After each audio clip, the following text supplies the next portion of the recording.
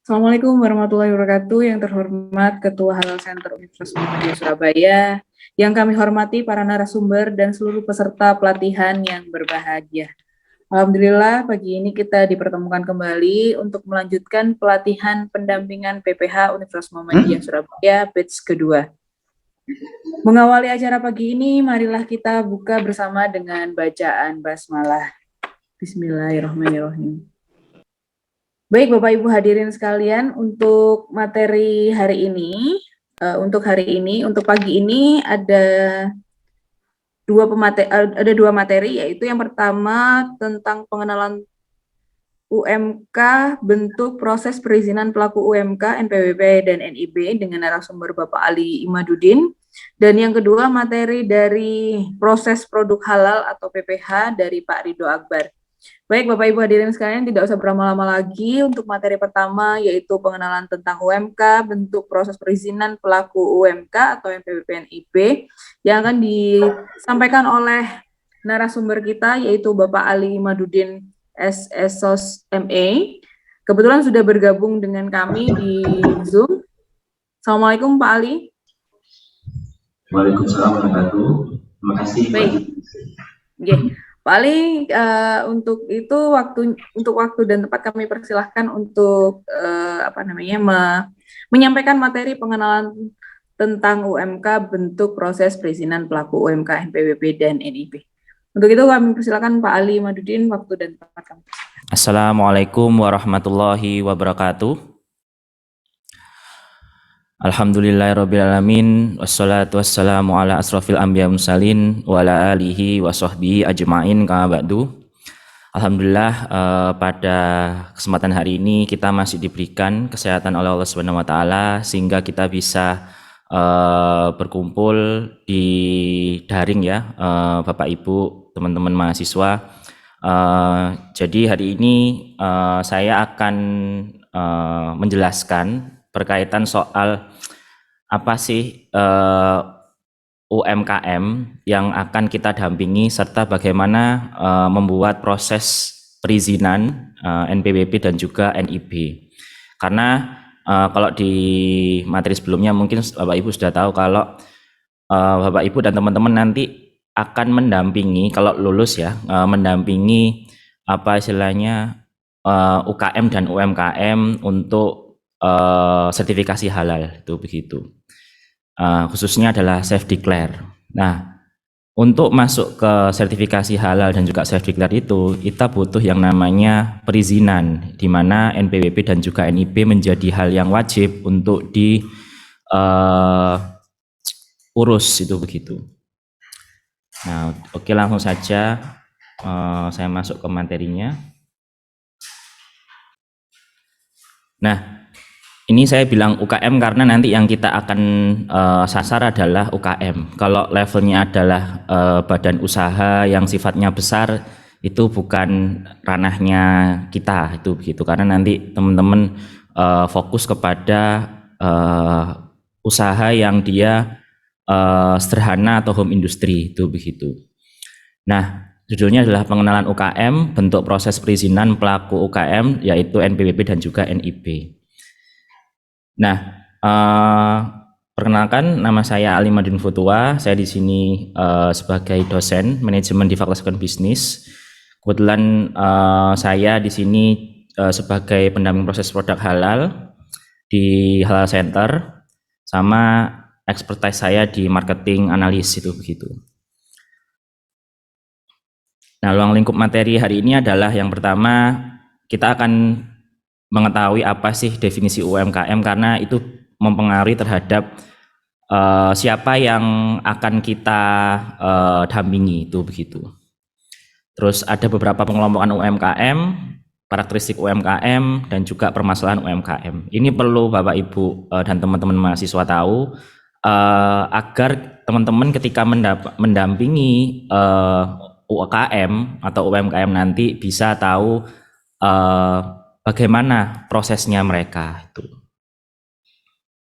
Secara definisi, ya ini ya, menurut Undang-Undang Nomor 20 Tahun 2008 tentang UMKM, usaha produktif perorangan atau badan usaha perorangan yang memenuhi kriteria usaha mikro, memiliki kekayaan bersih paling banyak 50 juta, tidak termasuk tanah dan bangunan tempat usaha, atau memiliki hasil penjualan tahunan paling banyak 300 juta. Itu definisi UMKM. Nah, ada beberapa kriteria lagi ya, ada beberapa jenis lagi turunannya. Ada usaha mikro, usaha kecil, usaha menengah, hingga usaha yang sifatnya kelas atas itu begitu. Nah, kalau usaha mikro sendiri secara pengertian adalah usaha produktif milik perorangan atau badan perorangan yang memenuhi kriteria usaha mikro. Nah, terus juga ada usaha kecil. Nah, usaha kecil itu adalah usaha ekonomi produktif yang berdiri sendiri, dilakukan oleh perorangan atau badan usaha yang bukan merupakan anak perusahaan atau bukan cabang perusahaan, dikuasai atau menjadi bagian baik langsung maupun tidak langsung dari usaha menengah atau usaha besar memenuhi kriteria usaha kecil. Terus ada usaha menengah, itu begitu, usaha produktif berdiri sendiri dilakukan oleh perorangan atau badan usaha yang bukan merupakan anak perusahaan atau bukan cabang perusahaan yang dimiliki, dikuasai atau menjadi bagian baik langsung maupun tidak langsung dari usaha kecil atau usaha besar dengan jumlah kekayaan bersih atau hasil penjualan tahunan sesuai dengan kriteria usaha menengah. Jadi nanti ada kriteria lagi berkaitan soal omset, berkaitan soal modal yang itu dimiliki usaha. Nah, ini ya kriterianya. Kalau di kriterianya ada dua, yaitu melihat asetnya sama omset per tahunnya, itu ya. Usaha mikro itu maksimal asetnya adalah 50 juta, omsetnya maksimal 300 juta. Nah, usaha kecil, jadi urutannya mulai dari kecil ya, mikro, kecil, menengah, itu begitu. Dari atas, kalau dari sini tulisannya dari atas ke bawah, semakin ke bawah itu semakin besar usahanya, itu begitu. Jadi dilihat kriterianya adalah aset dan juga omset. Itu. Nanti Bapak Ibu bisa tanyakan berapa omset tahunannya ketika mendampingi. Nah, nanti ketika pendataan untuk NPWP dan juga NIB disampaikan, itu begitu. Nah, karena Bapak Ibu atau teman-teman mahasiswa akan mendampingi yang namanya UKM atau mungkin usaha menengah, itu biasanya omsetnya tidak terlalu besar, itu begitu. Karena kebanyakan mungkin home industry atau sederhana. Nah, mungkin kalau teman-teman sudah masuk ke usaha yang mungkin outletnya banyak, terus juga omsetnya besar, lah itu juga nanti pendaftarannya pun juga berbeda, itu begitu. Nah, ini ya secara turunannya ya. Usaha besar itu omset per tahunnya lebih dari 50 miliar. Nah, ini aset lebih dari 10 miliar. Nah, ini pasti dia punya PT ya, perusahaan-perusahaan yang brandnya sudah bagus, itu biasanya usaha-usaha besar, usaha menengah, usaha kecil, usaha mikro, itu begitu. Nah, kalau kita lihat dari manajemennya, itu karakteristik UMKM itu manajemen pengelolaannya sederhana, gitu ya. Ya mungkin SDM-nya terbatas, itu begitu. Terus juga mereka produknya mungkin tidak terlalu banyak, fokus pada suatu produk tertentu, itu. Terus juga ada permasalahan yaitu untuk permodalan itu ada akses yang itu mungkin mereka tidak ketahui. Nah, pinjam ke bank atau mungkin pinjam untuk keperluan modal itu juga mereka kurang pengetahuannya. Terus pasti status badan hukumnya itu belum memiliki. Nah, tadi yang saya jelaskan di awal tadi terkonsentrasi pada kelompok usaha tertentu. Misal saya mendampingi UKM otak-otak Bandeng, tuh fokus ke situ, atau mungkin usaha roti, tuh fokus ke usaha roti misalnya Spiku. Nah, tapi fokus ke situ saja, meskipun nanti jenis rasanya beda-beda dan lain-lainnya. Jadi mereka fokus ke situ karena mereka terbatas secara SDM, secara modal, dan juga mungkin secara strategi pemasaran maupun strategi yang lainnya. Nah, sehingga masih sederhana. Nah, karena Bapak Ibu, teman-teman mahasiswa nanti akan mendampingi tersebut, kita akan melihat usaha yang dia tidak terlalu kompleks, itu begitu. Nanti kalau sudah masuk ke ranahnya asetnya banyak, terus juga omsetnya besar, lebih dari 300 juta, ya itu mungkin kita akan mendapatkan proses bisnis yang cukup kompleks, mungkin supply chain-nya atau mungkin hal yang berkaitan soal pemasarannya itu bisa lebih banyak. Nah,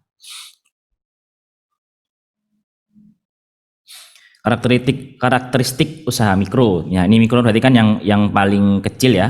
Jenis barang komoditi usaha tidak terlalu tetap, sewaktu-waktu dapat berganti. Nah, karena mereka itu masih basicnya itu berkaitan soal bisnis, itu mungkin masih proses ya, itu begitu ya, masih awal-awal ya. Jadi suatu ketika mereka membuat usaha bisa jadi ganti-ganti. Nah, itu. Terus juga tempat usaha tidak menetap, sewaktu-waktu pindah tempat. Ya, kembali lagi modal untuk meminjam tempatnya juga mungkin kurang, dia mungkin kontrak dan lainnya, itu begitu. Belum melakukan administrasi keuangan sederhana sekalipun, tidak memisahkan keuangan keluarga dengan keuangan usaha. Nah, ini juga menjadi permasalahan di usaha mikro. Sumber daya manusia terbatas, tingkat pendidikan rata-rata relatif sangat rendah. Ya, nanti ketika Bapak Ibu berkomunikasi dengan usaha yang mikro, ya, yang omsetnya itu di bawah 300 juta, itu pasti mereka permasalahannya adalah modal, itu begitu. Dan didukung juga mereka secara pendidikan juga relatif rendah. Jadi berkomunikasinya harus benar-benar sabar, ya. Harus benar-benar sabar, harus benar-benar ngayomi, itu begitu. Bahkan kita harus mendampingi sampai proses jadi, itu begitu. Kita dampingi, kita temui orangnya. Nah, karena kalau mereka untuk akses melalui online juga kesulitan. Nah, nanti ketika mengurus NPWP dan juga NIB dibantu secara langsung, karena mungkin mereka ngotak-ngatik internet juga sulit, itu begitu. Menghitung omset juga mungkin sulit nanti, itu begitu. Nah, nanti kita yang mendampingi pelaku usaha tersebut. Nah, dari mikro naik ke kecil, gitu ya. Nah, dari mikro ini permasalahannya istilahnya sudah lebih baik ya. Mereka bisa melakukan pengelolaan keuangan sederhana, gitu ya. Mulai dipisahkan antara keuangan keluarga dan juga neraca usaha, itu sudah mulai pintar, itu begitu. Sebagian mungkin sudah bisa mengakses permodalan, itu begitu, untuk modalnya, mungkin pinjem atau mungkin nyari investor kecil-kecilan, itu begitu. Mereka secara pendidikan mungkin di atas dari mikro. Nah, akhirnya secara kapasitas untuk mereka melakukan usaha itu semakin lebih baik lagi daripada mikro. Nah, naik lagi itu masuk ke usaha menengah. Ya, ini secara kapasitas naik lagi. SDM-nya mungkin lebih banyak dibandingkan usaha kecil, terus juga keuangannya lebih settle dibandingkan usaha kecil tadi, itu begitu, dan usaha mikro tadi. Dan mereka sudah punya sistem. Nah, sistemnya sudah terbangun. Terus juga mereka bisa ngurus izin dengan mudah, itu begitu. Dan kebanyakan memang kalau sudah levelnya adalah UMKM yang asetnya lebih dari 300 juta, bahkan omsetnya sudah sampai miliaran, itu pasti secara kapasitas modal maupun perizinan mereka sudah siap semua. Tinggal mereka langsung mau sertifikasi halal, tinggal disiapkan. Nah, kita minta data-datanya, itu kita bisa. Tapi kalau masuk ke kecil dan juga mikro lah, ini yang kita harus sabar, kita harus mendampingi secara khusus, bahkan kita harus aktif, itu begitu. Kalau udah UMKM mungkin kita hanya sekedar tak tolong datanya ini bisa ditambahkan, lah itu sudah paham. Tapi kalau usaha kecil mikro yang kapasitasnya pendidikannya masih kurang, nah itu kita harus sabar. Nah, jadi dengan kita tahu karakteristik ini, kita tahu bagaimana treatment Bapak Ibu, teman-teman kepada calon pendamping kita nanti ke depan.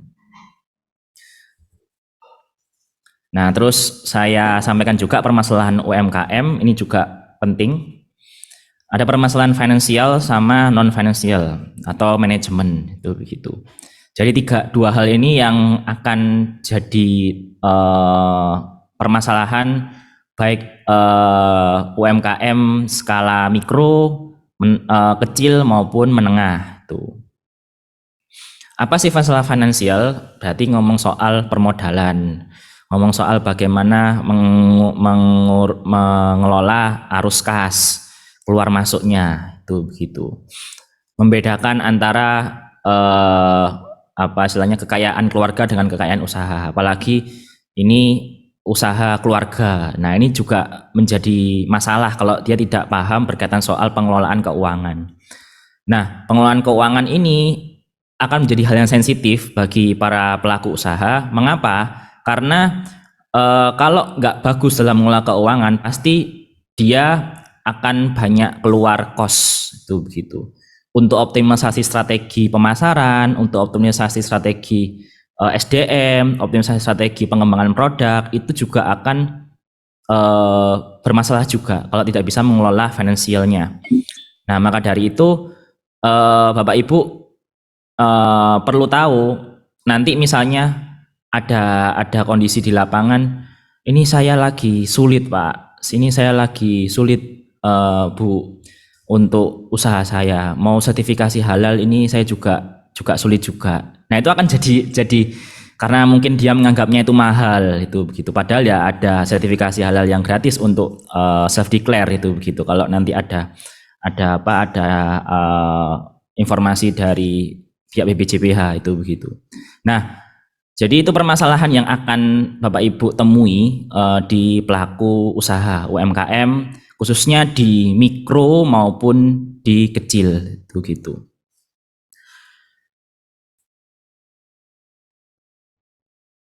Nah, yang kedua adalah masalah non finansial, berarti di luar masalah keuangan atau permodalan tadi. Berhubungan sama apa? Berhubungan sama mungkin strategi pemasaran, produksi, atau mungkin distribusi itu begitu.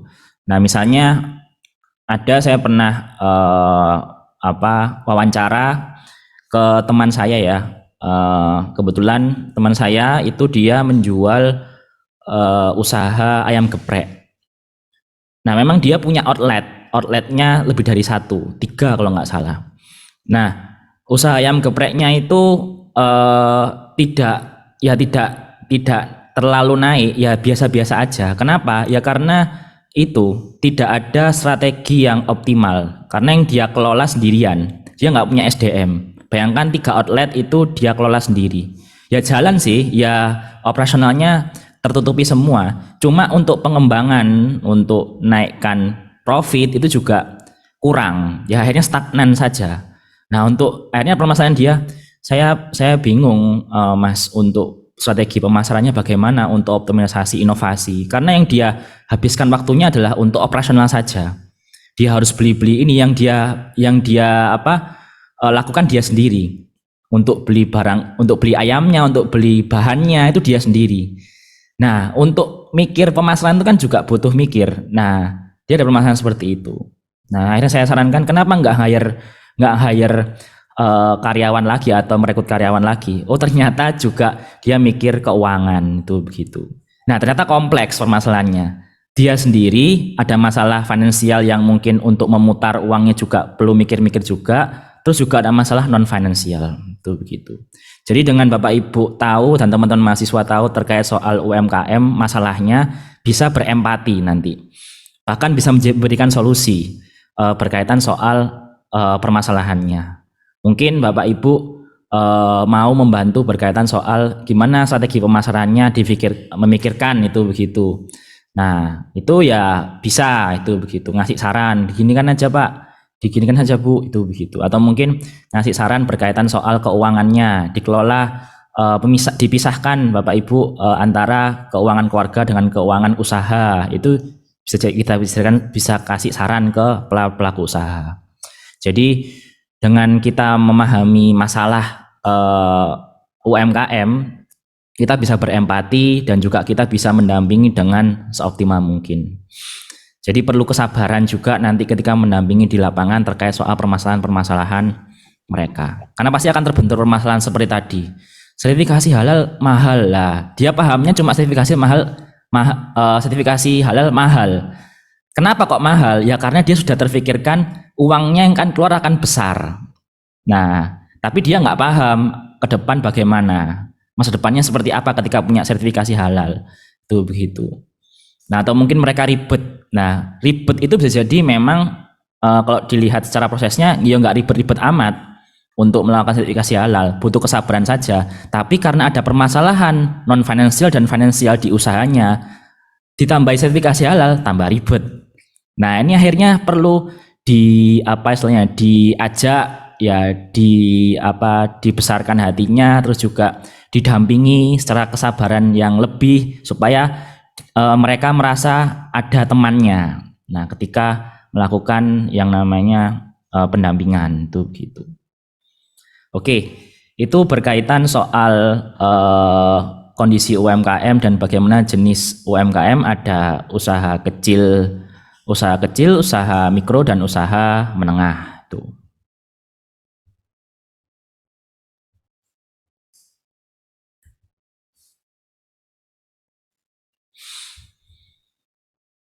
Nah, terus kita akan masuk ke NPWP dan juga NIB itu.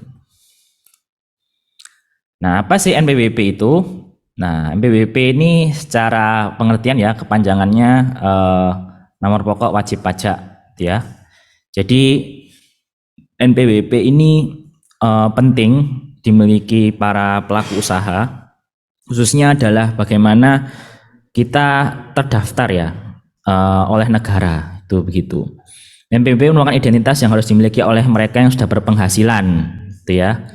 Ya meskipun penghasilannya kecil, ya setidaknya itu terdaftar ya, terrecord oleh negara, itu begitu.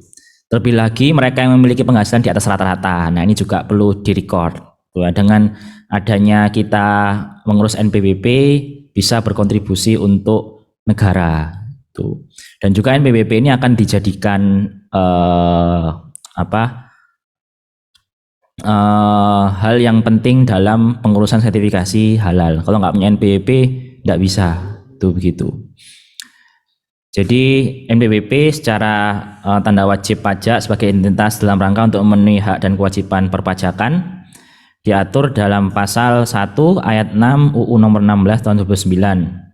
Nomor NPWP terdiri dari 15 digit, yang 9 digitnya pertama adalah kode wajib pajak, 3 digit selanjutnya adalah kode administrasi kantor wajib pajak di mana Anda mendaftar, serta 3 digit terakhir adalah kode status wajib pajak kantor pusat atau cabang. Itu begitu. Nah, fungsi NPWP yang pertama adalah menghindari diri dari denda, itu ya. Kalau sudah nggak bayar pajak, ya itu juga bisa kena denda. Memudahkan pengajuan kredit. Nah, membuat surat izin usaha itu juga akan mudah, itu ya. Untuk sertifikasi halal juga mudah.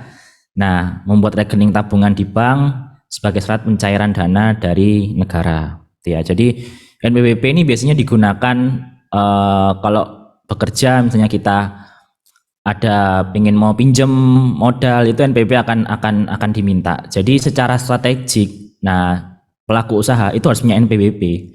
Kalau dia mau skill up, kalau dia mau meningkat, nah jadi perlu diurus. Jadi Bapak Ibu harus memberikan nilai penting bahwa ketika para pelaku usaha itu bisa mengurus NPWP, itu pasti akan dimudahkan ke depan. Kalau nggak ngurus NPWP malah sulit untuk mencari permodalan, untuk pencarian dana, untuk mengajukan kredit dan lain-lainnya, itu akan sulit.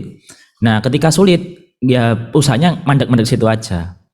Nah, Pak, perlu untuk diberikan nilai penting seperti itu kepada para pelaku usaha. Jadi nanti didampingi seperti itu. Diajak, ini Pak caranya daftar NPWP, bisa kok lewat online, nggak perlu datang ke tempat pajaknya, itu. Nah, ini NPWP usaha kecil.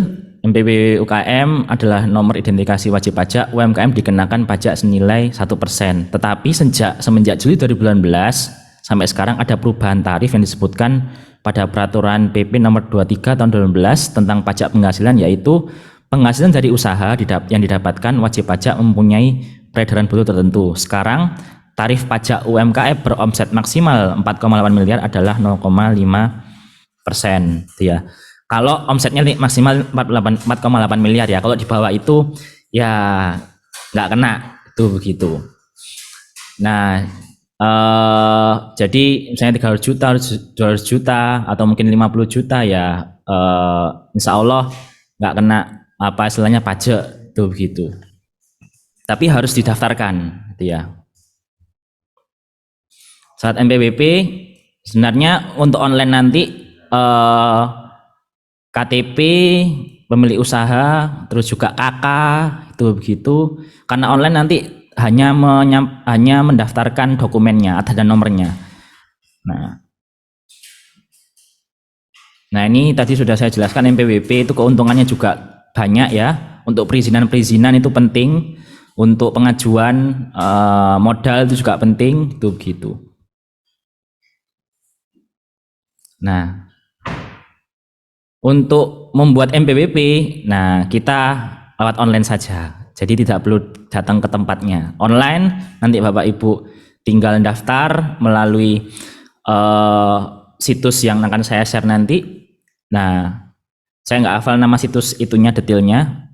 Intinya nanti buka di Google NPWP, ngurus NPWP online. Nah, itu akan bisa di situ, nggak perlu datang ke kantor pajak. Tuh. Terus juga nanti Bapak Ibu akan dikirim kartunya ke rumah. Tuh.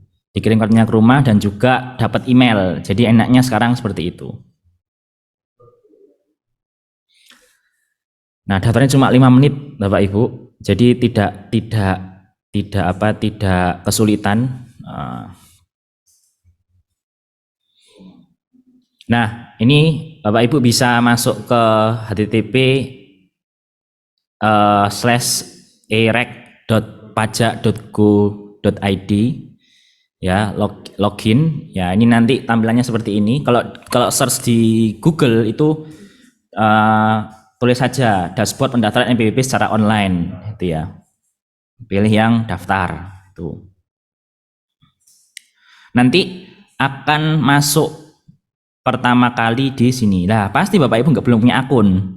Nanti para pelaku usaha belum punya akun, atau mungkin Bapak Ibu di sini yang mau membuat NPWP pasti belum punya akun. Nah, maka dari itu pilih yang belum punya akun. Ini pilih yang saya kasih tanda merah ini.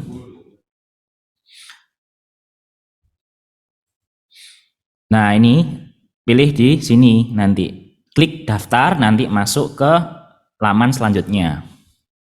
Nah, nanti masuk di sini. Bapak Ibu harus memiliki email yang aktif, ya. Syukur-syukur email yang digunakan untuk pelaku usaha, itu begitu. Jadi nanti para pelaku usaha, nah nanti Bapak Ibu harus membuatkan email kalau memang mereka nggak paham tentang email. Minta tolong buatkan emailnya, itu begitu. Nah, jadi memang prosesnya kalau para pelaku usaha secara teknologi itu gaptek, apalagi orang-orang yang mungkin ya sudah berumur, nah itu atau mungkin pendidikan rendah, itu sulit. Nah, kita harus membantu untuk membuatkan. Nah, buatkan alamat emailnya lah, karena untuk mendaftar NPWP itu menggunakan email yang aktif, tuh begitu. Kalau bisa email yang memang untuk usahanya, gitu ya. Setelah dia memasukkan alamat email, terus Bapak Ibu di sini ada tulisan CAPTCHA, ini disuruh untuk menulis ini. Tulisan di sebelah kiri VXKUAO. Nah, nanti ditaruh ditulis di CAPTCHA ini. Terus pilih daftar. Tuh. Nah, setelah daftar nanti Bapak Ibu akan mendapatkan notifikasi sukses. Terima kasih Anda telah selesai melakukan langkah 1 pendaftaran akun sistem kami. Selanjutnya silahkan cek di email. Nah, ketika Bapak Ibu nanti sudah ada tulisan seperti ini, berarti disuruh ngecek ke emailnya yang tadi didaftarkan, ya. Nah, bisa dilihat di inbox atau di bagian apa istilahnya pesannya, atau kalau nggak ada di pesan, cari di spam. Nah, di bagian kiri email itu kan ada inbox, terus dibalik kalau kita sort ke bawah lagi itu ada yang namanya spam. Nah, itu kalau nggak ada di inbox, di spam. Tuh. Atau bahasa Indonesianya adalah sampah itu begitu. Nah, nanti akan mendapatkan email seperti ini, ya, e-registration. Nah, untuk aktivasi akun Bapak Ibu di NPWP. Jadi perlunya untuk online-nya adalah email ya. Email itu perlu punya dan harus punya. Jadi untuk aktivitas aktivasi, untuk aktivitas pemberian apa istilahnya nomornya, terus juga username, password dan lain-lainnya itu di email itu begitu. Jadi aman ke email itu begitu, tidak melalui via SMS itu. Nah, nanti akan mendapatkan ini kalau di spam ya.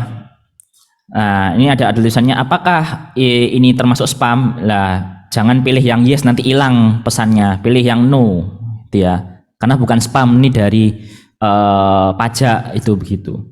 Nah, setelah Bapak Ibu mendapatkan membuka tadi email tadi, masuk ke ini, klik link verifikasi.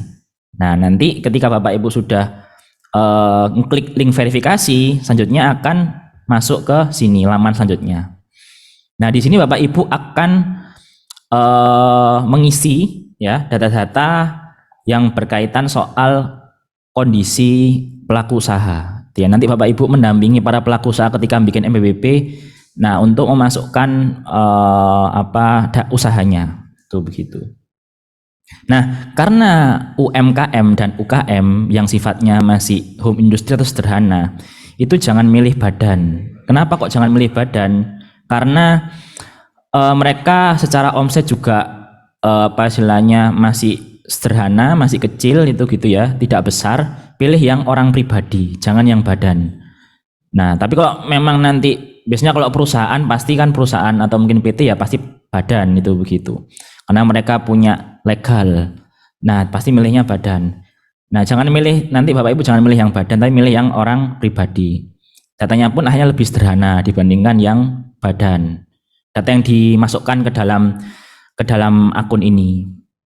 Nah, nanti Bapak Ibu bisa mengisi nama, alamat email. Alamat email secara otomatis nanti masuk karena sudah terdaftar tadi, password, ulangi password, nomor HP. Nah, ini Bapak Ibu membuat username. Nah, membuat username di akunnya Bapak Ibu. Jadi nanti ketika masuk ke laman login tadi itu bisa. Nah, jadi membuat password dan ulangi password sesuai dengan Bapak Ibu yang mudah seperti itu. Mau dibuat sulit rumit silahkan, mau dibuat mudah silahkan, terus gitu. Jadi di sini ada tanda warna merah ya, bintang warna merah ini berarti wajib untuk diisi. Jadi setiap nanti pengisian data itu tanda merah itu adalah wajib diisi. Nah, nanti kalau ketemu pelaku usaha yang sulit, ini diisi apa? Didampingi, itu gitu. Nah, lalu isi semua data dari nama hingga membuat password, itu gitu. Nah, sama kayak ngisi-ngisi data-data di laman-laman tertentu, gitu. Setelah sudah mengisi data, Bapak Ibu akan mendapatkan notifikasi sukses. Nah, akhirnya cek lagi ke email Bapak Ibu. Jadi tadi untuk email pertama adalah untuk link verifikasi. Nah, Bapak Ibu bisa masuk ke pendataan tadi awal. Yang kedua adalah ke email untuk mendapatkan username dan juga password yang Bapak Ibu daftarkan tadi. Tuh. Jadi para pelaku usaha nanti disuruh ngecek ke email. Kalau mereka nggak paham, didampingi. Tuh. Lalu membuka email yang sudah didaftarkan untuk melakukan aktivasi kembali. Nah, lihat email terbaru baik di spam atau di kotak masuk. Nah, ini ada tulisannya link aktivasi.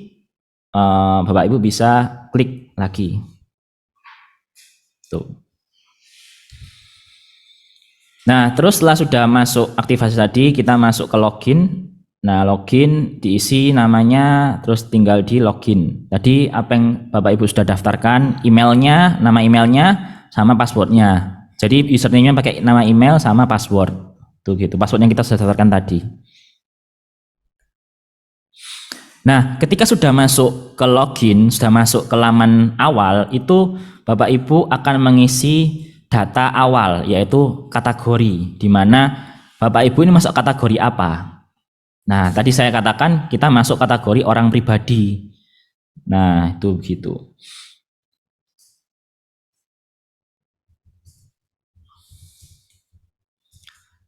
Nah, setelah kita melakukan kategori tadi, itu kita masuk ke identitas. Ya, identitas wajib wajah ini perlu diisi. Yang tanda-tanda merah itu wajib diisi ya. Di bintang merah ini wajib diisi. Nama wajib, namanya siapa, gelarnya apa, gelar belakangnya apa, tempat tanggal lahirnya apa. Tapi kalau gelar depan, gelar belakang ini kayaknya nggak wajib karena nggak ada tanda merahnya, nggak diisi nggak apa-apa. Tempat tanggal lahir, jenis kelamin, status pernikahan, kebangsaan. Nah, ini ada nomor KK. Nomor KK dan juga nomor NIK ini harus diisi. Nah, ini ya, ini penting juga. Bapak Ibu harus tahu nomor KK-nya ya.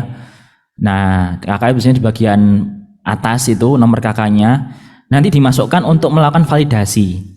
Jadi ketika sudah mengisi di sebelah ini nomor KK dan juga NIK, nanti akan diklik validasi dan otomatis akan mengenerate data kita yang sudah terdaftar di sebelumnya. Kan NIK dan juga KK kita kan sudah terdaftar ya. Nah, setelah daftar, nah sehingga di-generate nanti. Nah, setelah itu nanti secara otomatis akan masuk ke Dukcapil mana, tuh gitu, di wilayah mana, karena sudah terdaftar di NIK sama kakaknya kita, tuh begitu. Nanti datanya sudah otomatis masuk ke identitas itu begitu. Tinggal mungkin ada tambahan-tambahan data yang mungkin bisa ditambahkan. Nah, di ini itu begitu. Nah, terus juga untuk uraian pekerjaan, Bapak Ibu untuk para pelaku usaha itu masuk ke kegiatan usaha. Dia diklik kegiatan usahanya, ya. Ini ada tulisannya ada kegiatan usaha, itu diklik kegiatan usahanya. Terus di kegiatan usaha nanti Bapak Ibu memilih kegiatan usaha apa, ya. Nanti di sini akan keluar seperti ini, ya. Kegiatan usahanya apa, klasifikasi lapangan usahanya itu Bapak Ibu akan masuk ke ini, diisi usahanya apa para pelaku usaha itu. Oh, roti, nah dicari aja dia masuk nama KLU apa, itu begitu. Nah, jadi klasifikasi lapangan usaha itu kita memilih lapangan usahanya apa, tinggal dicari namanya apa.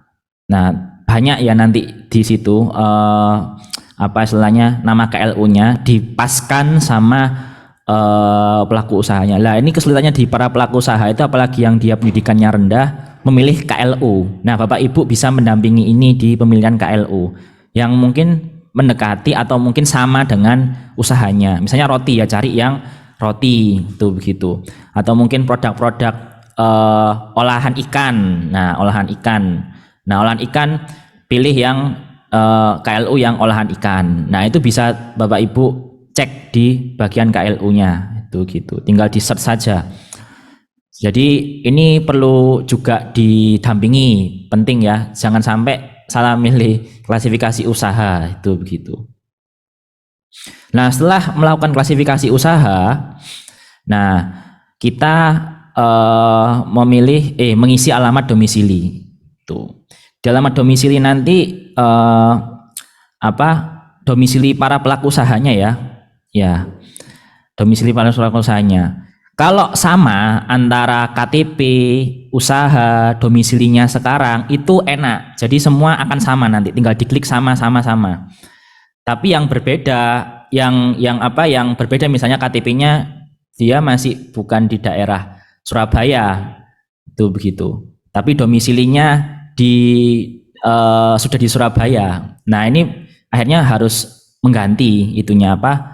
Alamatnya di domisili dan juga alamat usahanya. Itu begitu. Nah, akan semakin mudah kalau alamatnya sama. Nah, tidak perlu nambah-nambah data-data lagi itu. Nah, tapi kalau antara KTP terus juga domisili dan juga usahanya beda, lah ini ya cukup repot itu begitu. Saya belum pernah mendampingi yang alamatnya berbeda ya. Nah, tapi katanya bisa itu begitu, meskipun antara KTP dengan domisilinya berbeda bisa. Nah, katanya bisa, cuma saya mendampingi alamat yang sama dari KTP, alamat domisili dan juga alamat usahanya itu sama. Itu begitu. Nah, setelah melakukan pengisian alamat domisili, alamat KTP. Nah, jadi alamat yang ada di KTP itu. Nah, kalau sama tinggal diklik sama, itu begitu, sama dengan alamat tempat tinggal menurut keadaan sebenarnya, sudah diklik. Nah, terus diisi sesuai dengan datanya, ya. Yang kedua adalah alamat usaha sudah, alamat KTP sudah, kita masuk ke info tambahan. Nah, di info tambahan ini Bapak Ibu harus tanya ke para pelaku usaha ini penghasilan per bulannya berapa, itu begitu. Nah, kalau memang penghasilannya memang kurang dari 4,5 juta, ya apa istilahnya, biasanya nggak kena pajak itu begitu. Tapi kalau sudah angkanya banyak, ya pasti kena pajak itu begitu. Nah, pilih yang sesuai dengan apa kondisinya itu begitu. Jangan terlalu ekstrim dan jangan terlalu minim itu begitu. Biasanya ngambil yang tengah-tengah itu begitu. Nah, saudara adalah ketika sudah diklik ya, nanti pilih next ya. Kalau sudah dicentang salah satunya, pilih next. Nah, setelah itu ada notifikasi saudara adalah wajib pajak orang pribadi berstatus pusat melakukan usaha pekerjaan bebas dengan kategori dan tingkat tervalidasi, tidak ada syarat yang perlu dilampirkan. Nah, jadi memilih apa tadi, mungkin yang milihnya yang kurang dari 4,5 juta tadi ya, itu akhirnya tidak ada tambahan-tambahan yang perlu dilampirkan tuh gitu. Nah, biasanya kalau UKM atau mungkin usaha mikro maupun usaha kecil itu ya relatif penghasilannya ya masih kategori standar itu begitu. Ya tidak tinggi-tinggi amat, karena ya mereka juga harus membagi antara usaha dengan pribadinya, antara keluarga itu begitu. Nah, ini yang terakhir adalah mengisi pernyataan. Nah, benar harus diisi semua, dicentang semua itu begitu. Dibaca juga apakah dengan menyadari sebetulnya akan segala akibatnya termasuk sanksi-sanksi sesuai dengan ketentuan perundang-undangan, ya ini harus dicentang itu begitu. Dengan terbitnya NPWP saya menyatakan akan melaksanakan hak dan kewajiban. Nah, jadi harus mengikuti hak dan kewajiban ya sesuai dengan peraturan perundang-undangan. Nah, pemberitaan mengenai tarif umum PP 23. Nah, Bapak Ibu tidak perlu mencentang yang bagian atas ini, bagian bawah aja, dikenai pajak penghasilan sesuai dengan undang pajak penghasilan. Ya, biarkan nanti pihak pajak yang melihat itu begitu. Jadi pilih yang bawah, dikenai pajak penghasilan sesuai dengan undang-undang pajak penghasilan. Tuh. Jadi nanti menyesuaikan kondisi dari apa istilahnya skala usahanya. Nah, lalu ketika sudah selesai semua, kita masuk ke tahapan akhir. Di sini ada konfirmasi, apakah Anda yakin simpan formulir ini? Ya, milih ya. Lalu nanti Bapak Ibu akan mendapatkan status pendaftaran NPWP. Berarti sudah bisa minta token. Nah, token ini fungsinya untuk apa? Nanti token akan diisi ke bagian kirim permohonan, ya. Jadi di sini minta token diklik, terus nanti setelah minta token diklik diambil generate nomornya tokennya, nanti masuk ke kiriman permohonan. Di sini kiriman permohonan, ya. Nah, tokennya diambil di email, ya. Jadi 3 kali ya email kita ya. Pertama verifikasi link awal pertama kali, verifikasi username dan juga password, serta yang ketiga adalah mengenerate token, nomor token. Jadi ada 3 kali penggunaan email. Nah, dan ini bisa dilakukan secara 1 kali sehari, tuh begitu. Tidak perlu lama-lama. Pokoknya Bapak Ibu cepat memasukkan data, mungkin 5 menit sudah selesai. Bahkan lebih dari itu kalau sudah mungkin ahli ya lebih kurang dari 5 menit, tuh begitu. Nah, diklik di sini emailnya, lalu Bapak Ibu akan dapat token ini ya, tokennya ya, RNYKONB, tinggal di copy aja nih, karena mungkin sulit ya, di copy, di paste di sini, kiriman permohonan, diklik kiriman permohonan, masuk ke laman tadi ya, kita tadi di email, kita masuk lagi ke pajak, nah masuk ke kiriman permohonan, diklik di kiriman permohonan. Lalu Bapak Ibu meng-paste atau meng-copy paste di isi token di sini. Nah, isi token di sini di apa istilahnya di paste di sini. Lalu jangan lupa untuk mencentang kotak-kotak yang saya tandai merah ini. Ini harus dicentang Bapak Ibu. Nah, supaya nanti bisa terkirim. Nah, jadi perlu untuk dicentang. Selain juga ngisi token, nge-copy paste tadi dari email, nah Bapak Ibu bisa mencentang pernyataan ini. Nah, lalu ketika sudah dikirim nanti statusnya adalah verifikasi. Nah, Bapak Ibu tinggal menunggu email lanjutan, gitu ya. Nah, email lanjutan nanti Bapak Ibu akan mendapatkan 1 nomor NPWP-nya, itu gitu ya. Terus juga nanti juga akan tahapan untuk mengurus apa istilahnya kartunya, dan memang butuh waktu untuk kartunya, tapi kalau nomornya pasti sudah dapat secara online melalui email.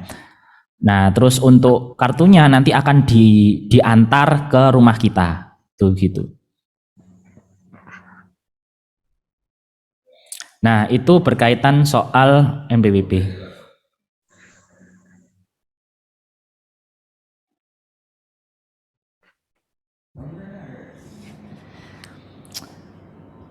Oke, kita masuk ke NIB, ini waktunya juga terbatas.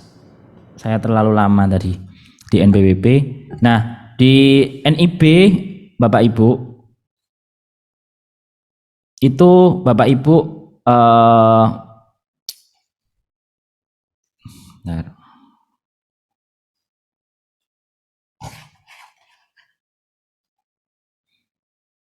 Bapak Ibu akan masuk ke situs OSS. Nah, di sini Bapak Ibu bisa mengisi apa istilahnya datanya di sini tuh.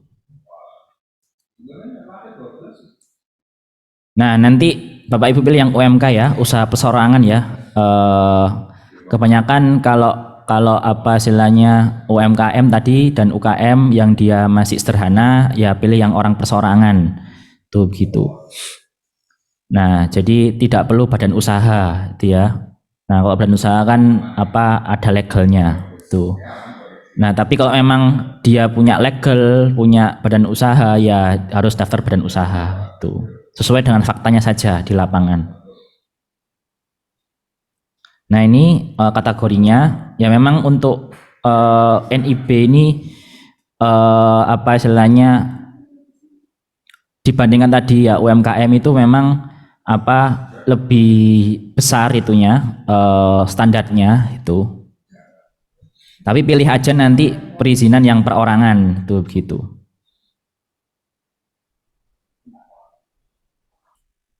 Nah, langkah-langkah untuk mengurus perizinan berusaha bagi usaha mikro kecil atau UMK. Nah, kunjungi situs oss.go.id itu ya, pilih masuk. Hampir sama kayak NPWP. Nah, masukkan username, password beserta captcha-nya tadi.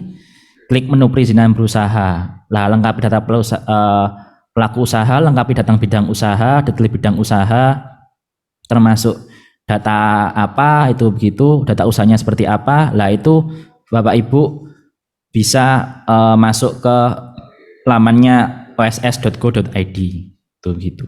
Hampir sama mengisi NPWP itu begitu. Kalau UKM datanya tidak terlalu rumit. Nah, sorry, kalau mikro maupun kecil datanya tidak terlalu rumit tuh begitu. Tapi kalau ada badan usahanya itu memang ada tambahan-tambahan legal yang akan dimasukkan ke dalam NIB tuh. Tapi rata-rata kalau badan usaha mereka sudah punya profesional itu ya, pengurusan NIB. Kalau sudah manajemennya sudah bagus, terus juga mereka sudah punya berbagai macam outlet dan juga memiliki badan usaha yang resmi. Nah, biasanya ada bagian profesional untuk mengurus NIB maupun NPWP. Nah, kalau sudah punya NIB dan NPWP, nah kita sudah enak, kita sudah tinggal mengurus untuk sertifikasi halalnya, itu begitu. Jadi itu berkaitan soal perizinan apa istilahnya pelaku usaha, baik itu NIB maupun NPWP. Nah, nanti akan saya share di YouTube itu banyak sekali ya Bapak Ibu. Kalau misalnya memang tadi saya mungkin kurang dalam menyampaikan, bisa lihat di YouTube berkaitan soal mengurus NIB dan juga NPWP untuk usaha mikro atau usaha kecil menengah UKM tuh. Nah, jadi beda. Nanti tinggal dicek di YouTube pakai keywordnya adalah mengurus NIB untuk usaha mikro, usaha menengah itu begitu. Bukan yang badan usaha ya, yang mungkin perusahaan yang memiliki legalitas itu begitu. Oke, itu dari saya. Ya nanti akan saya share PPT-nya ke panitia dan panitia akan memberikan ke peserta itu begitu. Dan nanti juga akan saya share mungkin YouTube referensi yang mungkin Bapak Ibu bisa lihat berkaitan soal pendaftaran NIB maupun NPWP. Ya, terima kasih Pak Ali Imaduddin atas materi yang sudah disampaikan pagi hari ini. Baik Bapak Ibu hadirin sekalian, apakah ada pertanyaan? Bisa dibuka pertanyaan untuk materi pagi hari ini. Monggo Bapak Ibu jika ada pertanyaan kami persilahkan. Monggo Bapak Ibu, apa ada pertanyaan untuk materi ini? Jika tidak ada pertanyaan, kami akan cukupkan untuk materi tentang pengenalan NPWP dan NIB. Pripun, Dokter? Saya yang tanya ini, Mbak. Oke, Dok. Monggo. Tadi pernyataannya Pak Ali yang terkait dengan minimal sekian, kemudian pajaknya 0,5%. Nah, itu maksimal atau minimal, Pak Ali? Minimal sekian rupiah, kemudian pajaknya 0,5%. Atau maksimal sekian, ada tadi di paparan terkait dengan UMK tadi.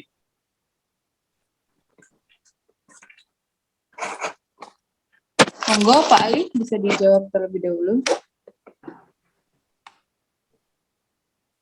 Yang persentase. Pajaknya terkait besaran pajak Pak Ali. NPWP ya? Bukan NPWP di materi ini, tapi terkait dengan besaran pajak yang dikenakan kepada UMK. Persentase sepertinya Pak Ali. Persentase, jadi kalau ya persentase. Jadi kalau 1% yang awal, ya. Kemudian ada perubahan menjadi 0,5%. Profitnya berapa gitu kan biasanya, Dok?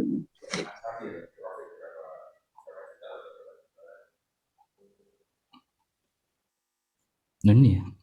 Nggak tahu slide nomor berapa tadi ya? Ya ini, yang piramida tadi. Ya ini Pak Ali. Nah ini antara dua ini. Bukan modelnya seperti yang model seperti yang itu tadi. Model present yang seperti ini. Model slide-nya seperti ini. Cuman di mana tadi yang ada 0,5% tadi. Ini. Sekarang tarif pajak UMK beromset maksimal 48%, pajaknya adalah 0,5%. Nah ini yang masih agak membingungkan Pak Ali. Buat saya ya, mudah-mudahan yang lain tidak bingung. Ini kalau sudah 5M, maksimal 5M, maka 0,5%, kalau sudah lebih 5M maka berganti begitu. atau ini minimal 4M sehingga di bawah 5M itu tidak kena pajak. Kalau ini minimal kan berarti di bawah 5M tidak kena pajak. Nah, atau seperti apa? Ini yang saya masih agak bingung ini.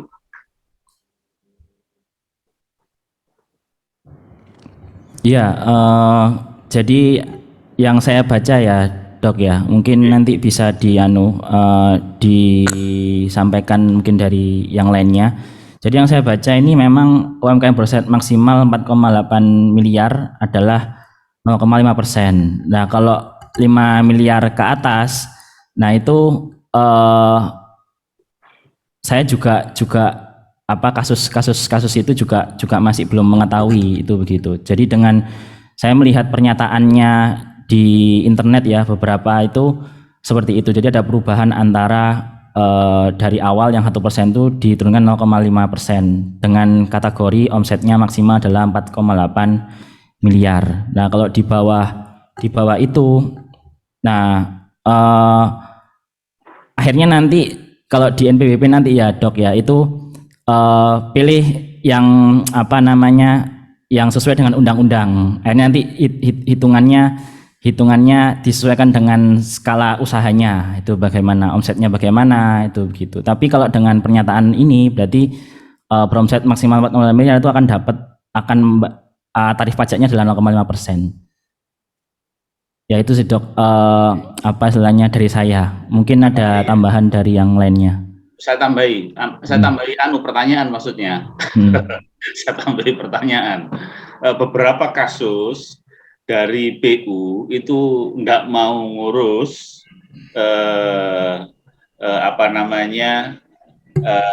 sertifikat halal ini karena ketakutan akan kena pajak begitu.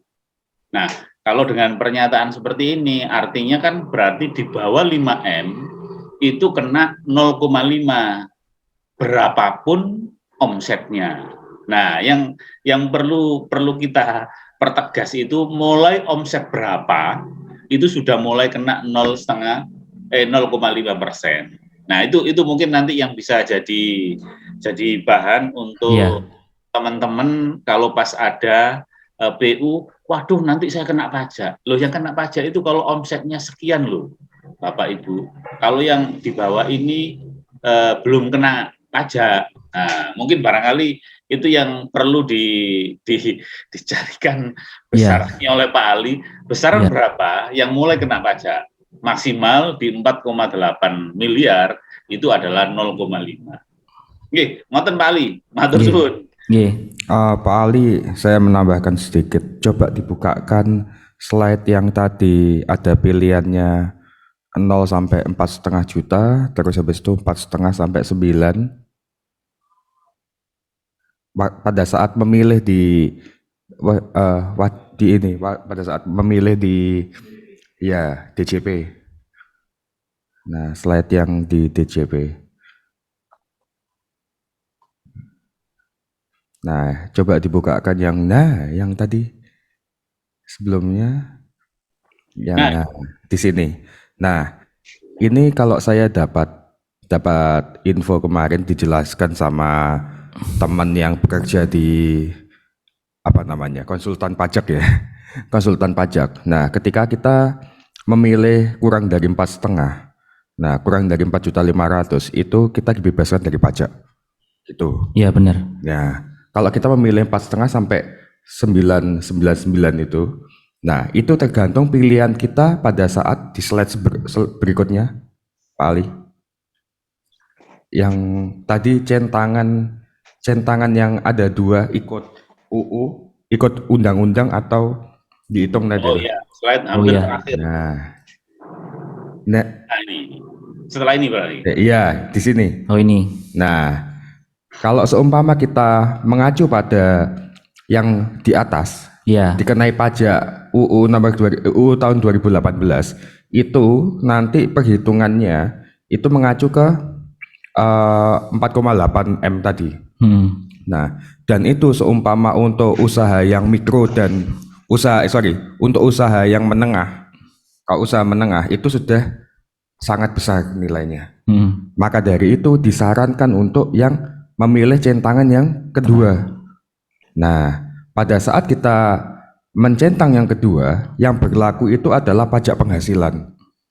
Nah, pajak penghasilan itu nggak memakai regulasi yang 0,5%. Nah, tapi nanti ada regulasi khusus yang dikeluarkan oleh DJP, Dirjen Pajak, mengacu pada PP-nya. Nah, yang di atas tadi itu nanti konsekuensinya udah berbeda.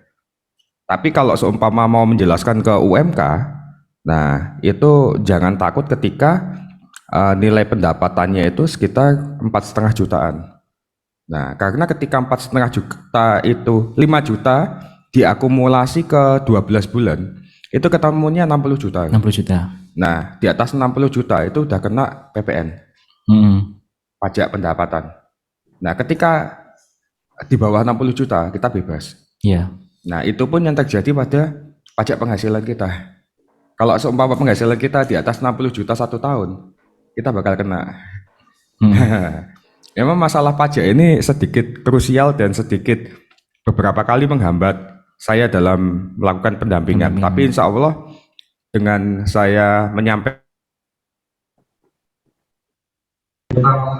yang 0 sampai 4,5 maksimal 4,5 juta, otomatis bakal muncul yang seperti ada di slide-nya Mas Ali tadi. Nah, tidak kena. Tidak ada persyaratan khusus. Nah, itu maksudnya adalah tidak kena pajak. Nah, kalau saya dijelaskan oleh teman yang bekerja di konsultan pajak seperti itu. Ngoten, Pak Anas. Oke, matur. Mas Ali. Jadi memang direkomendasikan kurang dari teman-teman. Jadi jangan takut dengan pajak maksudnya. Ya. Oke. Jadi gini, kalau direkomendasikan untuk di bawah 4,5, jadi jawabannya gini sih Pak Ali. Kalau seumpama kayak kemarin pada saat pembukaan itu ada PT Seleon. Nah, kebetulan beliau kan dosen UK Petra dan itu juga satu alma mater dengan saya, MMT. Nah, di situ beliau sudah taat pajak sendiri.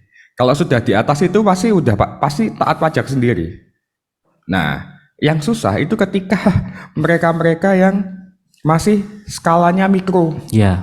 Nah, kalau skala kecil menengah itu udah taat-taat sendiri. Kalau nggak taat, udah kena regulasi. Iya, benar. Nah, maka dari itu ketika saya menanyakan NPWP, sudah lengkap semua. Udah lengkap semua. Habis itu saya tanya tentang izin edar, PIRT, udah lengkap semua. Kalau mereka memang basicnya itu ke kecil sama menengah. Nah, tapi yang susah adalah pendekatan ke yang mikro. Ketika ditakut-takuti masalah pajak, mereka melipir. Padahal bisa pilih yang kurang dari 4,5 juta. Nah, sosialisasi terhadap mereka itu yang diperlukan. Supaya apa? Supaya mereka juga tidak ragu, karena pemerintah sendiri sudah memberikan suplemen-suplemen untuk usaha mikro. Nah, nggak serta-merta langsung dipukul rata dengan usaha yang kecil maupun menengah. Seperti itu. Karena balik lagi pada konsep UMKM, itu adalah penyelamat kita dari inflasi ekonomi. Nah, ketika adanya inflasi ekonomi yang sangat tinggi, fluktuasi pasar yang sangat tinggi secara makro, nah penyelamat keuangan Indonesia itu UMKM. Nah, maka dari itu pasti ada suplemen-suplemen khusus yang dikeluarkan oleh Kemenko lewat Dirjen Pajak. Itu. Kalau kita menilik ke nomenklaturnya seperti itu, akhirnya keluar PP nomor 23 ya, tahun 2018. Itu akhirnya keluar ke sana. Ini kalau bicara masalah PP kayak gitu. Nah, seperti itu. Monggo, kayaknya ada yang di kolom chat ya, Mbak Titis, bisa dibantu. Mohon maaf. Ya, kita lanjutkan ya. Yang ada beberapa pertanyaan yang ada di kolom chat. Yang pertama dari Pak Ardian Bisono. Assalamualaikum, mohon izin bertanya bagaimana jika NPWP terdaftar di Surabaya, lalu yang bersangkutan pindah ke Sidoarjo, apa perlu mengurus lagi? Atau dijawab dulu nih Pak Ali, atau dilanjutkan?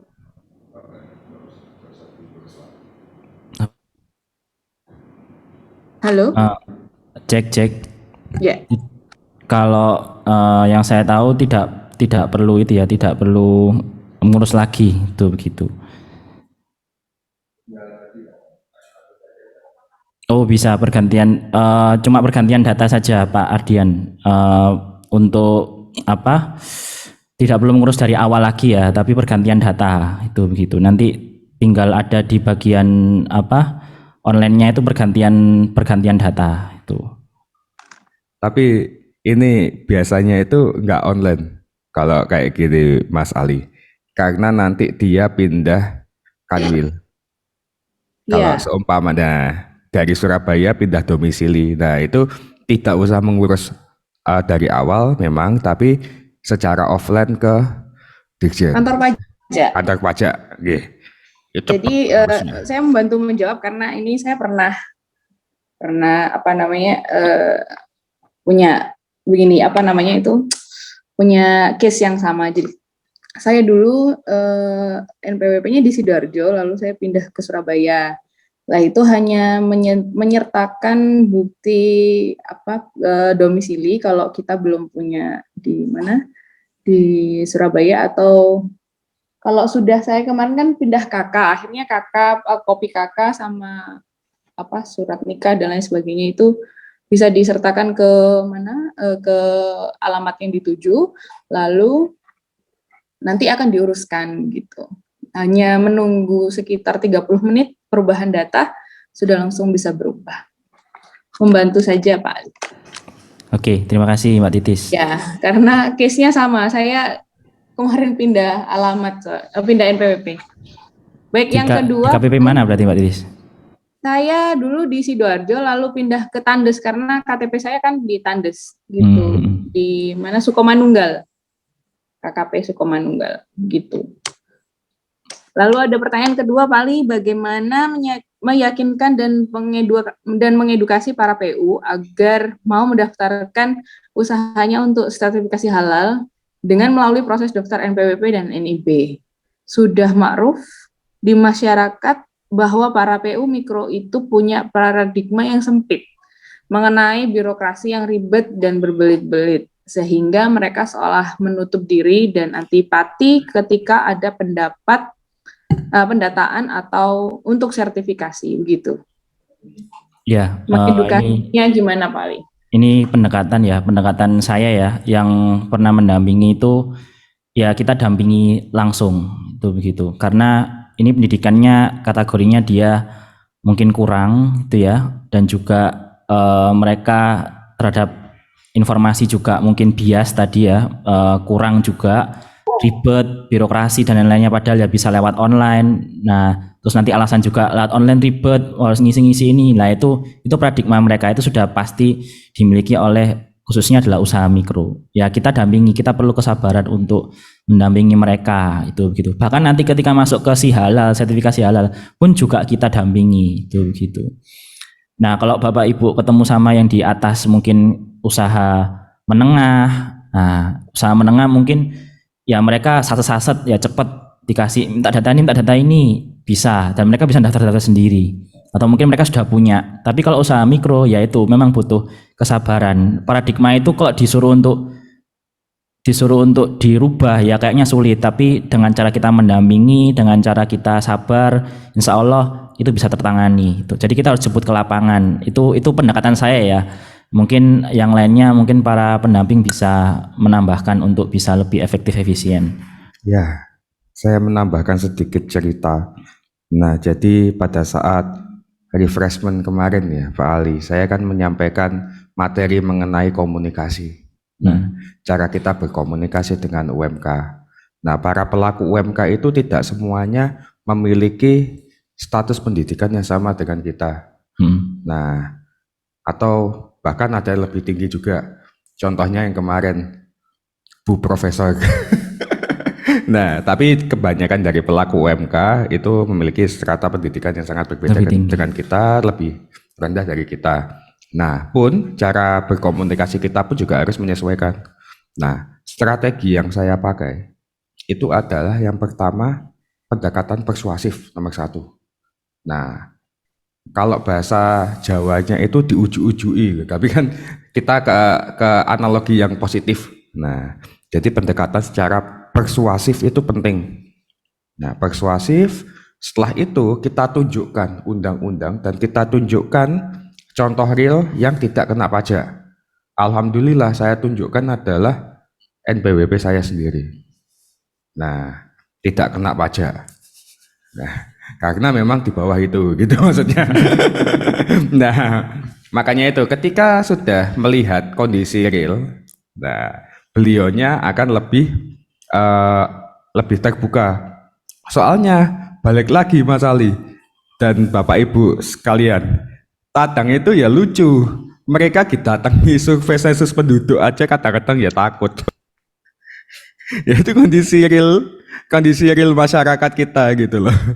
Didatangi sensus penduduk padahal cuma tanya perihal sensus, itu aja takut. Pasti dikiranya, waduh ini kok data-dataku asetku konangan lah Anda. Seperti itu, atau ketakutan-ketakutan yang lain. Nah, maka dari itu tugas kita sebagai selain kita menjadi seorang pendamping, kita juga sebagai rekan mereka. Nah, rekan mereka bagaimana kita bisa menjadi rekan mereka? Dibantu dalam pengurusannya. Nah, dibantu dalam pengurusannya itu, kalau saya NPWP terus terang saya nggak berani minta akunnya. Tapi kalau si halal, saya minta akunnya. Supaya ketika ada pergantian, kemarin kan sempat ada beberapa kali pergantian nomenklatur yang diminta oleh Komisi Fatwa. Nah, sebelumnya itu Komisi Fatwa nggak minta adanya packaging, nggak minta adanya cleaning agent. Tiba-tiba meminta dua hal itu, nah, kan otomatis ada pergantian regulasi yang disertai dengan pergantian di sistem. Nah, di situ biar cepat menyesuaikan, akhirnya saya megang akunnya para pemilik usaha. Tapi untuk NPWP saya nggak berani terus terang. Nah, tapi saya membantu lewat online-nya. Jadi ya kita tetap pendekatannya persuasif dan menjadi rekan yang siap membantu. Seperti itu kalau saat saya turun ke lapangan dan bersama beliau-beliau. Cuman ya balik lagi, emang agak susah, nggak bisa dipungkiri, emang agak susah merubah paradigma ketakutan berlebih masyarakat dengan kata-kata pajak itu ya kan. Kita sendiri juga agak takut ngelihat pajak, apalagi pajak kendaraan. Ya, terima kasih Pak Andri. Jadi ya itu ya, kalau ngomong soal mikro berarti kita harus pendekatannya lebih persuasif, lebih bisa ngemong ya, kalau bahasa Jawanya bisa ngemong, bisa mendampingi. Kadang orang itu ya butuh ditemani saja, ditemani di sampingnya, monggo Bu, Pak untuk buka lamannya, itu begitu, sambil mengenal gimana sih websitenya dan juga lamannya ini kayak gini, jadi begitu. Sehingga nanti mereka merasa, oh ternyata saya didampingi ya sama Halal Center, saya didampingi sama pendamping PPH dari Halal Center, jadi mereka akhirnya senang, itu begitu. Yang menjadi penting itu di situnya. Lah kadang itu karena kita mungkin terlalu birokratif ya, mungkin suruh-suruh, kebiasaan untuk menyuruh itu begitu ya. Nah akhirnya caranya terbiasa untuk menyuruh, butuh ini aja Bu, butuh ini aja Bu, secara online lah. Nanti akhirnya ya dia nggak maju-maju, itu begitu. Kita nggak akan jadi NPWP sama NIB-nya. Jadi itu kalau kita menghadapi para pelaku mikro. Ini itu ya. Oh ini ada lagi. Izin bertanya, apabila ada ibu rumah tangga punya produk usaha tetapi NPWP-nya sudah ikut suami, apa perlu didaftarkan NPWP sendiri lagi? Apa sudah cukup memakai NPWP suami? Atau si ibu harus keluar dari NPWP suami dan mendaftar sendiri? Sebenarnya tidak perlu ya. Ini untuk apa istilahnya? Ya daftarkan aja untuk di si halalnya nanti NPWP-nya suami itu begitu. Nah suami kan juga bagian dari usaha itu begitu. Kalau saya sih begitu. Mungkin ada tambahan? Tapi ada beberapa case yang memang harus dikeluarkan Mas Ali. Karena suaminya itu bekerja di perusahaan, karyawan. Itu memang ada beberapa case yang memang harus dikeluarkan. Nah nanti tinggal melihat case-nya gitu. Oke, berarti nanti lihat case ya. Kalau misalnya memang suaminya adalah sama-sama pelaku usaha satu keluarga, Wah, itu nggak enak. apa-apa, itu Itu enak. sangat- Tapi sangat kalau membantu. memang nanti suaminya mungkin di perusahaan cukup besar dan besar, nah ini perlu Iya. untuk dipisah itu begitu. Apalagi kalau suaminya juga pegawai dinas. Nah ini juga Itu begitu. biasanya menjadi masalah juga. Jadi case-nya kalau misalnya sama-sama pelaku usaha, suami istri terus pelaku usaha itu enak, itu begitu. Ngelola usaha bareng enak, tapi kalau satu dinas di bagian pemerintahan, terus juga satu di bagian perusahaan besar itu perlu untuk dipisah. Itu begitu. Wah, kayaknya kalau kita membahas pajak sentimen sekali ya Mas Ali. Ya, Apalagi ini- nanti kalau ketemunya itu PU, aduh. Ini satu hal yang sangat krusial. Iya, jadi Bapak Ibu, teman-teman mahasiswa, ya tidak perlu takut ya, karena ya ngomong soal pajak itu sensitif dan lain-lainnya, tapi bisa tertangani. Tinggal kita cari solusinya mungkin dengan berdiskusi dengan apa istilahnya teman-teman di data center, gimana kalau menghadapi seperti ini itu bisa kita pecahkan bareng sehingga nanti para pelaku usaha bisa mengurus NPWP dan juga NIB dengan baik. Intinya ya kita harus dampingi kalau misalnya memang usahanya mikro ya, yang mereka secara pendidikan itu rendah atau mungkin kurang, usahanya juga mungkin masih belum optimal, tapi mereka butuh sertifikasi halal. Lah kita dampingi terus. Tapi kalau mungkin UMKM yang mereka sudah sadar pendidikannya itu tinggi atau mungkin ya minimal lulus S1 lah, tuh begitu. Itu mereka sudah setelah sendirinya sudah bisa ngurus kok. Untuk si halal ini ada NPWP dan NIB, mungkin bisa diurus, tinggal bisa lihat di YouTube, sudah Pak itu begitu. Oh ya, terus tiba-tiba sudah ini NIB dan NPWP saya, terus bagaimana Pak? Lah kita masuk ke laman si halalnya, itu begitu.